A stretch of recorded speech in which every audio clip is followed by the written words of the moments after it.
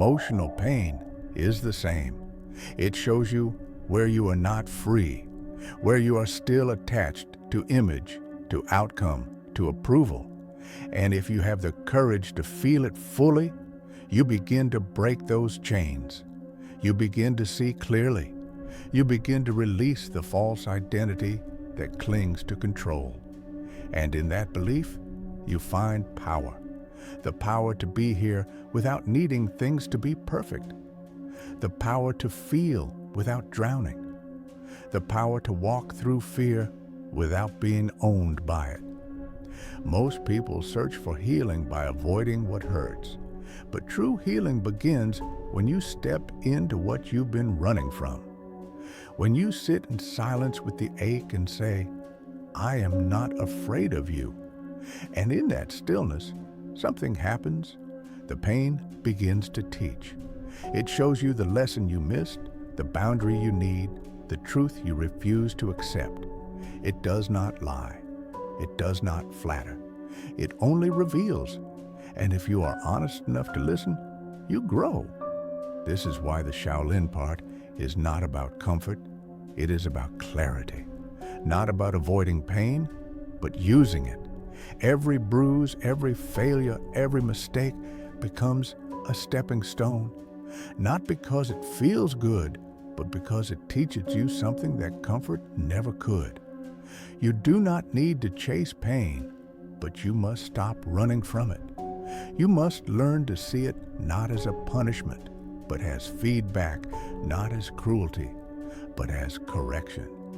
It is the pressure that creates the diamond, the friction that sharpens the blade in your life. You will be tested. And the question is not whether you can avoid pain. The question is whether you can face it with presence, with discipline, with humility. Can you breathe through it? Can you learn from it? Can you allow it to shape you instead of shatter you? If you can, then every hardship becomes a gift. Every setback becomes a lesson.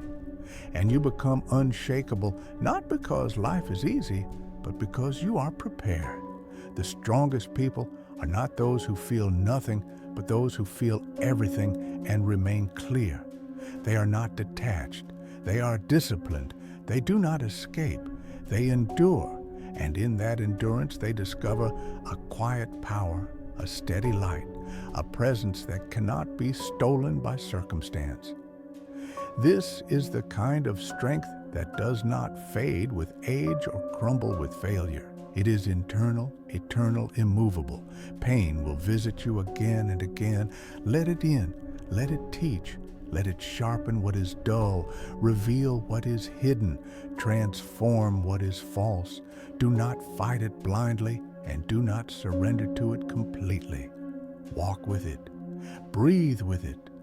Let it shape you into someone deeper, calmer, stronger. When you stop fearing pain and start listening to it, you stop being a victim of life and start becoming a student of it. In a world that worships speed, stillness is mistaken for weakness. Yet, in the tradition of the Shaolin temple, stillness is the beginning of all strength, all clarity, all true movement. Without stillness, the mind is noisy, the body is restless, the spirit is scattered. And when the mind is scattered, the body cannot move with precision. The breath cannot move with power. The energy cannot flow with freedom. Stillness is not the absence of motion. It is the origin of it. It is the point before action where the mind and body align, where intention is born, where presence becomes possible. You cannot strike with full force if your mind is chaotic. You cannot respond with wisdom if your thoughts are racing. True power does not come from how fast you can move, but from how deeply you are rooted in stillness before the movement begins. Every master knows this. He does not rush, he waits, he observes, he breathes. And when he moves, the strike is clean, not because it is fast, but because it is precise, because it is grounded in stillness. Stillness is where the mind learns to see without judgment, to listen without reaction, to move without hesitation. But to reach this stillness, you must train. You must sit in silence when everything inside wants to escape. You must hold your center when the world pushes you off balance. You must return again and again to the breath, the posture, the awareness. Not to achieve something, but to remember what you already are underneath all the noise. Without stillness, repetition becomes mindless. Without stillness, pain becomes suffering. Without stillness, the mind becomes a slave to thought. But when stillness is present, every repetition becomes sacred. Every pain becomes a message. Every thought becomes a choice. You are no longer reacting blindly. You are moving with awareness, with discipline, with grace. In the temple, a monk may sit for hours in silence, not because he is doing nothing, but because he is training the most important muscle of all attention.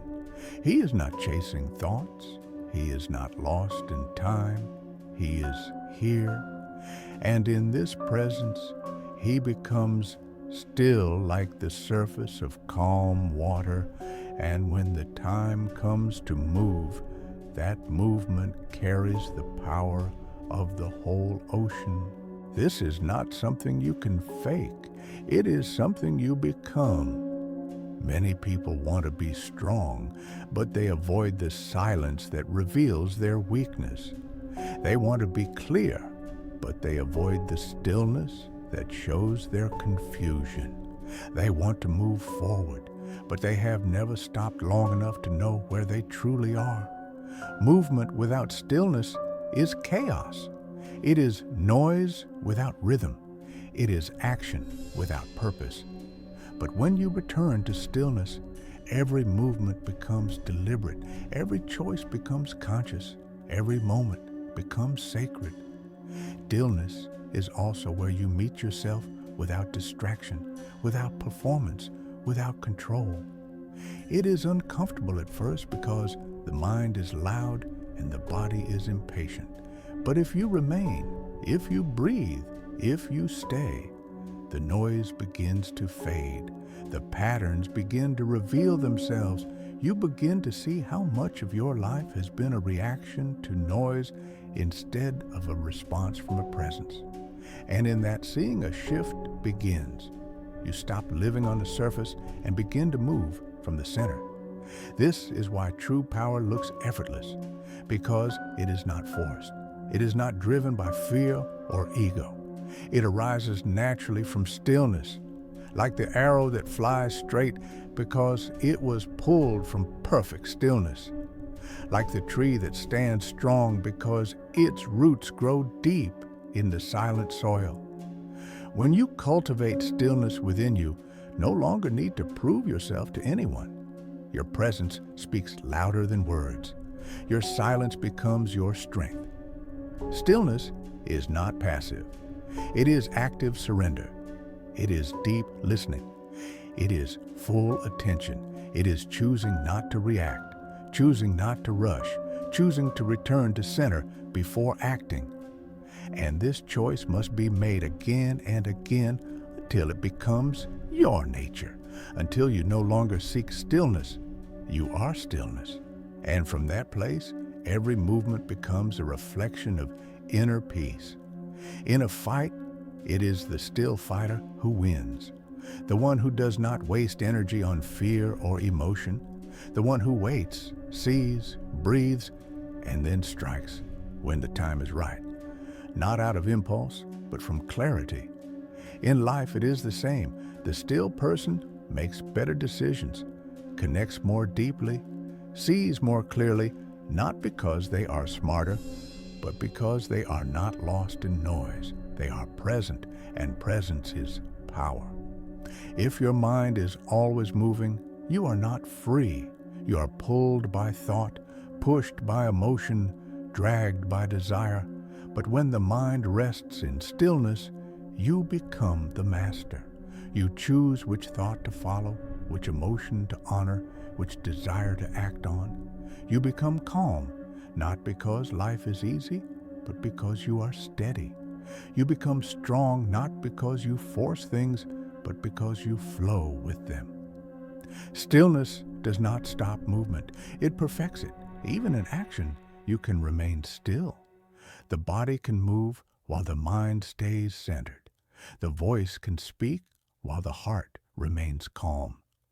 This is what separates those who are simply active from those who are truly alive. They are not moved by the world, they move with it. They are not shaken by chaos.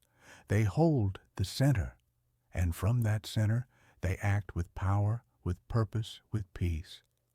Stillness is also where intuition lives, the deeper knowing that does not come from thought, but from presence. When the mind is quiet, the heart speaks. When the body is still, the spirit moves.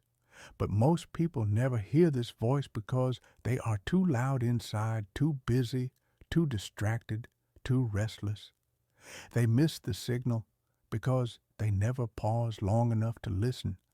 But the master hears it always because he has trained himself to be still even in the storm. Every great transformation begins in stillness. Every deep insight rises from silence. Every true decision is made not in noise but in clarity. The world will try to pull you away from this over and over, but your strength will come from returning, from remembering, from resting in the space before the next step and choosing not from fear, not from pressure, but from stillness.